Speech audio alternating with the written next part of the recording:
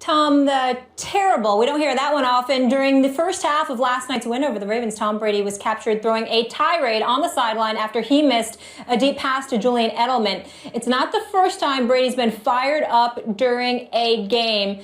Max, should Brady get a pass for this? I mean, yeah. I can't believe we're even asking that question.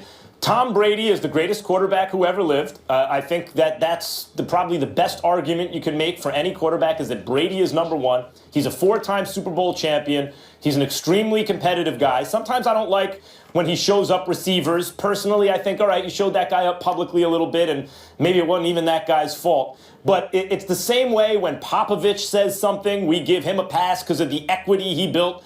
If this is Popovich's process, then that's the best process. So why are we questioning it? It's better than everyone else's process. If this is Brady's process, then that's the best one. He's entitled to do it. And furthermore, it may be the best one out there because it has led to success. Of course, he not only gets a pass, but it maybe should be emulated when he does something like that. Like there's something to be taken from it. Here's the deal. Of course, Tom Brady should get a pass because he's one of the best ever, if not the best ever. But I think the question itself is being asked because, Max, the fact is that, again, I keep repeating that sports is the closest thing to a meritocracy. We look at sports and we're thinking things are fair.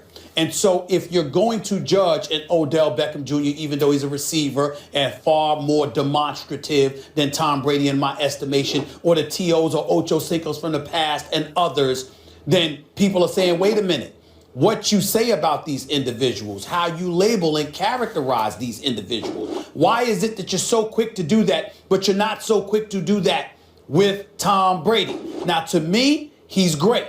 And he wins.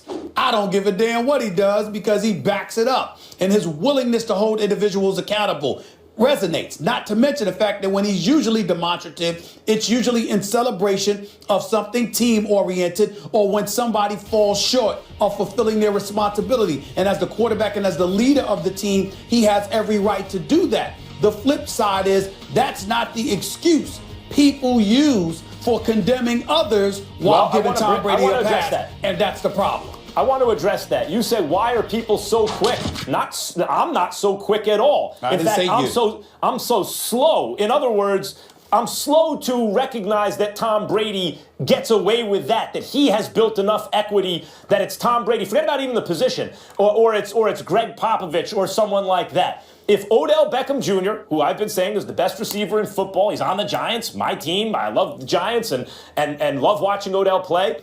But if he winds up winning 4 Super Bowls, multiple-time league MVP, Super Bowl MVP, and he starts talking to somebody and doing something which right now I'm not so crazy about, at that point, I'll tell everyone else who has something to say, shut up. He's earned that. So it's not so quick to defend Tom Brady here. It's that over the body of work, over the course of his career, he has earned the benefit of the doubt in these situations. Well, he's earned the benefit of the doubt, that's true. But at the same time, it's not the reason why everyone's prone to give him a pass. It's that it's almost like it just passes folks by, like it goes unnoticed. It's one thing to sit up there and say, he is this way, but we're going to let that pass because he's so great. It's another thing to be in a situation where you're not even acknowledging how he chooses to conduct himself, his demonstrative tendencies. And yeah, now far be it for me to get on anybody about being demonstrative. I certainly don't have a problem with it, especially when this brother is a winner. All I'm saying is anything that points to consistency and fairness being exercised is something we should entertain instead of ignore. If you want fairness compared to Tom Brady, get on his level. Well, that's not necessarily always the case. Jerry Rice can say whatever he wants. Well, I'm not sure about that. That's the whole point. I'm not sure if Jerry Rice acted like T.O. Okay. or You're Odell right. Beckham Jr. would have been a problem. I can't speak for others. As far as I'm concerned, Jerry Rice can say whatever he wants. Okay. All right. We all know you're a bit different. But go ahead. Let's stay in the AFC. Go to the AFC North. You two. Adam Pac-Man Jones had some strong comments about Browns receiver Terrell Pryor. It still feels weird to call him a receiver after the Bengals defense shut down Pryor on Sunday. Cue the trash talk. All this facades, all this fake hard that he play out on the field, that ain't Terrell Pryor. I checked his background. He's a suburbs kid from Pittsburgh. I know you talked about it, Adam. Garbage. What did that start with for you, Terrell? Garbage. There you go, right there. Oh, shit. There you go. Get him out of there. You see him in there? Okay. Right there. You better find him somebody to play with. Is it him saying basically he could Garbage. Garbage. All right, Adam. Aside from Terrell, how big is it for you? Garbage. I ain't talking about nothing else. I'm happy we won. All right, cool. Terrell Pryor, garbage. He had props and everything. Browns coach Hugh Jackson did not complain about Adam Jones' criticism of receiver Terrell Pryor. Jackson even said Pryor has to stop some of the things that he's doing that lead to that kind of situation, adding, I don't think that there's any place in the National Football League, especially on our team, for this. Max, your reaction? Well, Terrell Pryor is extremely talented, but when you're 0-13, shut up. I mean, I think that's what it comes down to. And maybe Hugh Jackson would say that no matter what your record is, that's not the way I want to run my football team, and that's his prerogative. Whether he's right or wrong, I think are ultimately borne out in the results. Whatever his process is the results over time. And Hugh Jackson, up until now, he's a head coach now, has gotten results, and I'd be optimistic about his ability to get results going forward. But to me, the issue is if you're 0-13, stop talking. You're 0-13. Why are you stirring the pot? Well, listen, that's correct. Here's the deal. Adam Pac-Man Jones is absolutely right. And I think that Terrell Pryor needs to have some humble pie because Pac-Man Jones is basically saying that I've been in this league for a while. You haven't. You just got here. You're a quarterback who's now become a wide receiver. Now, the sad part is that he's the leading wide receiver for the Cleveland Browns. Got nearly 900 receiving yards. But when you are 0-13, shut the hell up. You don't need to be talking. That's my argument in favor of Pac-Man Jones and what he did. What I will say in defense of Terrell Pryor is this. You got a lot of scrubs on Cleveland. You 0-13, I'm sorry, you got a lot of scrubs, okay? You're Terrell Pryor. You're doing everything everything imaginable and everything possible to disassociate yourself from it, but you can't help it. You're wearing the same uniform, representing the same franchise, from the same city. You got to go out on the same field with these dudes every day, every week rather, knowing they stink, knowing you'll probably lose, and the frustration is just boiling. So you try to get yourself motivated, caught up in individual matchups, because what you're trying to do is separate, distance, and disassociate yourself from the abysmal circumstances that you're indelibly attached to. That's what's going on with Terrell Pryor. Yeah. So Pac-Man was right. Terrell Pryor definitely needed to be humbled. There's no question about it. And Pac-Man Jones can ball, which he has proven.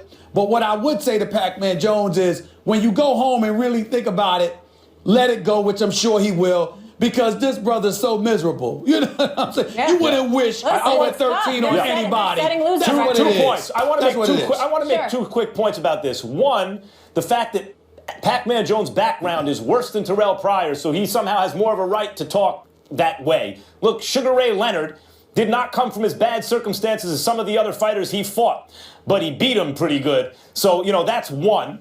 And two, Steve Smith. I don't care if Steve Smith came from the richest family in the world, the receiver. The career he's had and as tough as he's been on the field, that's not Terrell Pryor. Not yet. He doesn't have that career yet. So Steve Smith can say these same things, and if you're a corner or you're in the secondary, you want to go back at him, whatever. I'm not going to criticize Steve Smith for that, but that's not Terrell Pryor, at least not yet. Got the big in the room. It's about winning. That's what it comes down to. And Jim Harbaugh's that guy. I mean, he went to Michigan. And they were losing. All of a sudden, they were back in. They were the Michigan that we knew of old. He went to Stanford and said, I'm going to beat you at USC. Everyone laughed at him, and guess what? They started beating USC. And that offensive line can be fixed. It really can be fixed. But you got to get the right person in line to fix that. Look, if Kevin Demoff and Stan Kroenke want to win, you have to put the right people at the head. You really do. That's what it comes down to. I feel bad for the fans, and I feel terrible for the players, and that's no fun. Eric Dickerson will get his VIP treatment back, rightfully so. That was him on AM 570 LA saying he wants Jim Harbaugh as the next head coach of the Rams after Jeff Fisher was fired yesterday. Max, who do you think should be the next head coach in LA? Well, of course, if you can get Jim Harbaugh, you go get Jim Harbaugh. The guy is a winner. He doesn't wear particularly well over time, it seems to me, in the NFL, if you look at San Francisco. But even there, that was a tremendous, I thought over a 3-year period, when you look at all the evidence, even though they didn't win the Super Bowl, they were the best team over that period in the NFL. If it's not about him being an offensive or defensive, mastermind, as Mark Schlereth points out when he comes on this show, people are hung up on drafting, but there's also the element of development. And it's not exactly the same thing as drafting. Ideally, you draft the players you want and develop them in the ways that you think that's the reason you draft them. They can become this guy ultimately. But it's not exactly the same thing. And you look at players, for example, on the Patriots. Who was Julian Edelman? Who was Chris Hogan? Who was LeGarrette Blount? Who was Malcolm Butler? Who are these people? But they get to the Patriots, and because of the way they are developed there and then the way they're deployed, they are excellent, assets for a football team. So Jim Harbaugh, wherever he goes, will do that, it seems to me, and is an elite football coach, either on the college or pro level. And if you can get him, you get him.